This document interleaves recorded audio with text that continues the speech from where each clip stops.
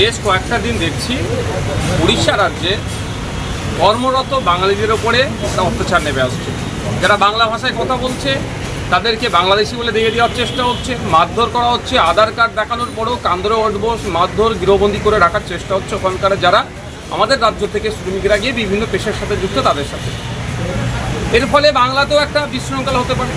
কারণ এটা ডেটাটা আমি দিয়ে রাখি, ওয়েস্ট বেঙ্গল থেকে 21 লক্ষ শ্রমিক ভিন্ন রাজ্যে কাজ করে, আর আমাদের ওয়েস্ট বেঙ্গলে প্রায় 1.5 কোটি শ্রমিক আছে ভিন্ন রাজ্যে। উড়িষ্যার শ্রমিক আমাদের রাজ্যে কাজ করছে। আমাদের যেমন লোকজন উড়িষ্যায় নিয়ে কাজ করে ডিউটি হচ্ছে, উড়িষ্যার মানুষও আমাদের বাংলাতে কাজ করছে।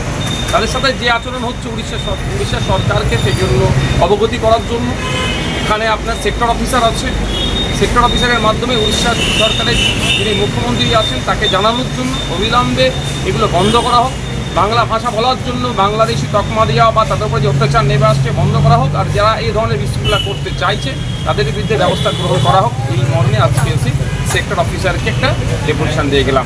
আজকে জাস্ট আমি একা এসেছি, সেক্টর অফিসারকে জানিয়ে দিলাম যদি এটা চলতে থাকে আগামী দিনে এসে উড়িষ্যা ভবন, এই উৎকল ভবনের সামনে আমরা বসবো, অফিসারদের কাউকে বেরোতেও দেবো না, ঢুকতেও দেবো না যদি এটা চলতে থাকে।